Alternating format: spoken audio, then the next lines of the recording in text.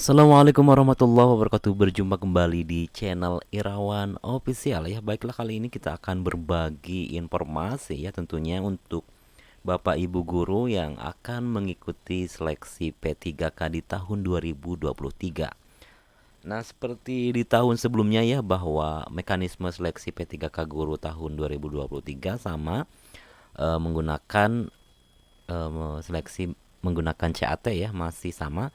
Nah, di sini ada penempatan untuk passing grade 2021, guru telah memenuhi nilai ambang batas pada seleksi tahun 2021 ya, maka tidak akan mengikuti seleksi atau tes, langsung saja penempatan. Kemudian apabila formasi tersebut masih tersedia, maka akan diisi oleh THK2 yang terdaftar pada pangkalan data database Badan Kepegawaian Negara dan belum menjadi ASN. Kemudian apabila masih ada formasi, akan diisi oleh kategori yang ketiga, yaitu honorer negeri yang terdata di Dapodik lebih dari 3 tahun sebelum Juni 2020. Kemudian apabila formasi tersebut masih saja tersedia, maka akan diisi oleh lulusan PPG ya yang terdaftar di database kelulusan program pendidikan guru PPG di Kemendikbudristek, sertifikat pendidik, dan akan mempunyai afirmasi 100%. Sementara untuk yang kategori terakhir ini, yaitu non ASN ya, honorer sekolah negeri terdata pada Dapodik kurang dari 3 tahun setelah Juni 2020. Kemudian honorer swasta yang terdaftar di Dapodik. Kemudian setelah formasi tersebut terisi ya, yaitu untuk satu formasi itu paling banyak 3 kali jumlah kebutuhan jabatan dalam satu instansi berdasarkan nilai ranking tertinggi dan ketersediaan kebutuhan di sekolah. Apabila sudah terpenuhi, maka akan dilanjutkan ke seleksi selanjutnya, yaitu wawancara. Ya, sama. Jadi untuk kategori 2, 3 dan 4 akan dilaksanakan seleksi wawancara.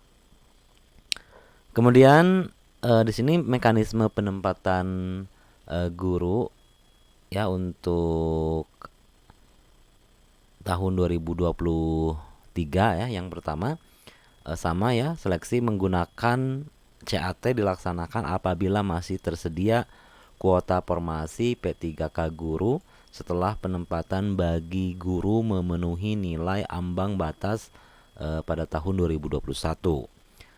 Nah, seleksi meliputi seleksi kompetensi teknis ya. Ini berhubungan dengan bidang studi yang Bapak Ibu ampu ya. Kemudian seleksi manajerial ya, sama mengenai hal-hal yang berhubungan dengan kepemimpinan dan sebagainya, dan sosial kultural ya, yang terlebih dahulu Bapak Ibu mungkin sudah mengetahuinya ya. Berdasarkan nilai tertinggi pada seleksi ya, paling banyak 3 kali jumlah kebutuhan jabatan dalam satu instansi dapat mengikuti seleksi wawancara. Jadi saya ingatkan kembali bahwa kebutuhan untuk satu formasi itu nanti akan diperebutkan oleh tiga kali jumlah banyak kebutuhan ya. Kemudian individu yang ditempatkan di tempat tugas masing-masing sepanjang kebutuhan tersedia. Apabila tidak terdapat kebutuhan di tempat tugasnya, maka akan ditempatkan pada satuan pendidikan yang membutuhkan. Misalnya ada guru honorer negeri ya yang melamar P3K, kemudian di sekolah tersebut kelebihan guru, maka guru tersebut bisa mencari formasi di sekolah yang lain, seperti itu ya. Tentunya dengan alur yang tetap, yaitu untuk pertama ya, THK2 ya yang terdaftar dalam pangkalan database pada Badan Kepegawaian Negara dan belum menjadi ASN. Kemudian yang kedua adalah guru sekolah negeri ya, honorer sekolah negeri yang terdaftar di Dapodik lebih dari 3 tahun sebelum Juni 2020. Adapun lulusan program pendidikan guru terdaftar pada data kelulusan program pendidikan guru ya, yang sudah memiliki sertifikat pendidik, dan yang keempat guru non ASN. Di sini guru sekolah negeri yang terdaftar di Dapodik kurang dari 3 tahun ya dari Juni 2020.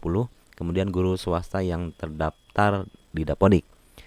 Nah, di sini adapun untuk afirmasi ya, afirmasi atau nilai tambah bahwa untuk sertifikat pendidik itu memiliki afirmasi 100% ya untuk nilai maksimal kompetensi teknis, sedangkan untuk disabilitas hanya 10% maksimal kompetensi teknis ya.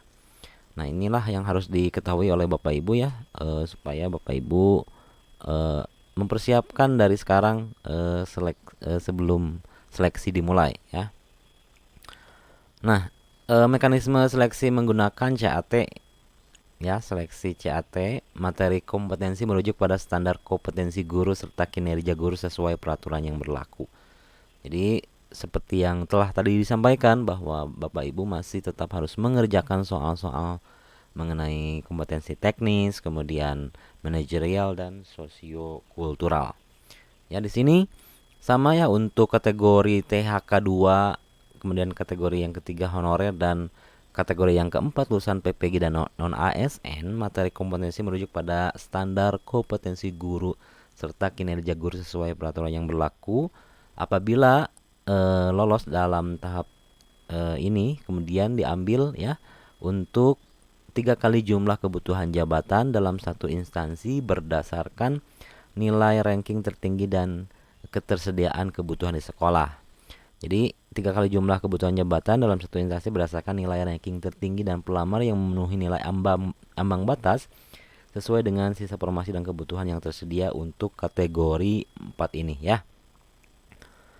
Kemudian setelah kelulusan seleksi kompetensi ditentukan, maka tahap selanjutnya adalah seleksi wawancara, dilaksanakan pejabat pembina pegawai ya, kepegawaian. Nah, di sini ada contoh ilustrasi di seleksi tahun 2023. Ilustrasi seleksi ya, ilustrasi ini dibuka misal 2 formasi pada jabatan yang sama di instansi provinsi DKI Jakarta misal. Di sini ada contoh 4 sekolah. Sekolah A, sekolah B, sekolah C, sekolah D ya. Tentunya di sekolah A ini kebutuhan 1, ASN-nya tidak ada, honorernya 1 ya. Kemudian sekolah B kebutuhan 1, ASN 1, honorer 1, ini otomatis kelebihan guru. Kemudian sekolah yang C kebutuhan 1, ASN-nya tidak ada, honorernya tidak ada. Kemudian sekolah D kebutuhan 1, ASN 1, honorer 1, kelebihan guru. Nah, di sini seperti Bapak Ibu ketahui bahwa untuk urutan prioritas yang pertama masih tetap THK 2, kemudian guru honorer sekolah negeri, yang ketiga adalah lulusan PPG, dan yang keempat guru swasta. Nah, di sini terdapat nilai honorer negeri ya untuk peringkat kedua di sini dengan nilai 450, THK 2 total nilai 430 peringkat 1, kemudian honorer negeri total nilai 440 peringkat ketiga, sedangkan untuk non ASN total nilai 470 ya peringkat kelima, dan PPG 500. Tetapi ya Bapak Ibu, meskipun nilai THK 2 lebih rendah dari nilai yang kategori lain, tetap untuk THK 2 itu menjadi prioritas yang pertama atau peringkat pertama untuk mendapatkan formasi. Maka THK 2 ini bisa langsung ditempatkan. Kemudian untuk yang kedua adalah apabila di sekolah tersebut tersedia ya kebutuhan guru honorer sekolah negeri yang lebih dari 3 tahun ya, kemudian dia mencapai nilai passing grade, maka dia akan menduduki formasi ya, formasi untuk kebutuhan di instansi tersebut. Nah, begitupun selanjutnya misalnya ini untuk honorer negeri dengan peringkat ketiga ya. Kemudian ini bisa mencari di formasi sekolah lain. Itu juga apabila formasinya tersedia.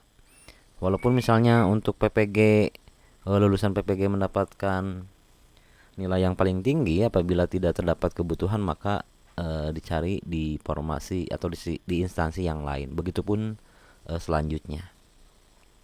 Nah, itulah Bapak Ibu ya, mungkin singkat dari mekanisme seleksi menggunakan CAT, mudah-mudahan bermanfaat ya. Sekian, wassalamualaikum warahmatullahi wabarakatuh.